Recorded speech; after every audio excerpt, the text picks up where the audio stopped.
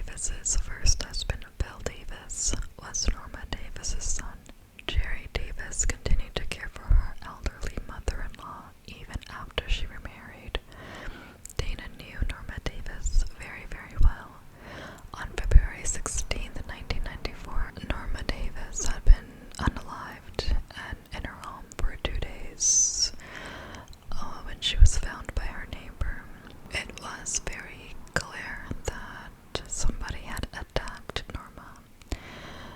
And besides the obvious evidence, there was also a broken fingernail, but no other marks on her body, besides the way that Dana had unalived her. And also detectives learned that there was no forced entry into the house. Detectives were informed that she had always kept her door locked unless she was expecting a visitor. They found a Nike shoe print in the kitchen. They also found Norma Davis's $148 security check. On the first floor of Norma Davis's condo, a smear of blood was found on an armchair, and a ripped-out phone cord was also found. June Roberts, who was 66, was unalived February 28, 1994. Like Norma Davis, she lived in a gated community of Canyon Lake. Dana had visited Roberts one day, claiming she wanted to borrow a book about controlling a drinking problem. Roberts let Gray into her house. While Roberts searched for the book, Dana Gray unplugged June Roberts' phone, both the straight cord and the curly cord.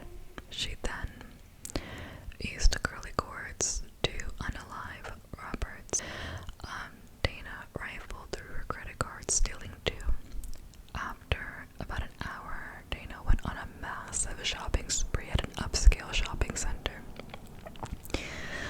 On March 16, 1994, Dana unalived Dora Beebe, who was 87 years old.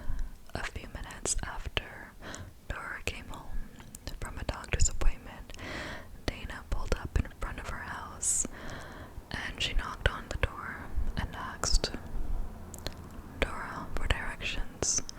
She invited Dana in to look at a map, and once inside, Dana attacked and unalived Dora. She was later found that day by her boyfriend of 8 years. About an hour later, just like the last time, Dana had taken a credit card and went on a shopping spree. Dana attacked Hawkins on March 10th, 1994 at her job at an antique store. Hawkins had been working alone that day, and Dana came in to buy a picture frame for a photo of her deceased mother. She used a telephone cord and unalived Hawkins, and she took $5 from her purse and $20 from the cash register. But little did Dana know Hawkins actually survived the attack and was able to give detectives a description of Dana. The next day, the story was in the newspaper. Many of the residents of Canyon Lake were terrified. Some moved in with loved ones until this crime was solved. A group of elderly widows began sleeping in big groups at designated houses. They believed that there was safety in numbers. A few residents theorized the crimes were committed by a cult who engaged in a ritual sacrifice. Detectives had problems finding suspects early on. At one point, it was so hard to find a lead that the supervisor in charge recommended using a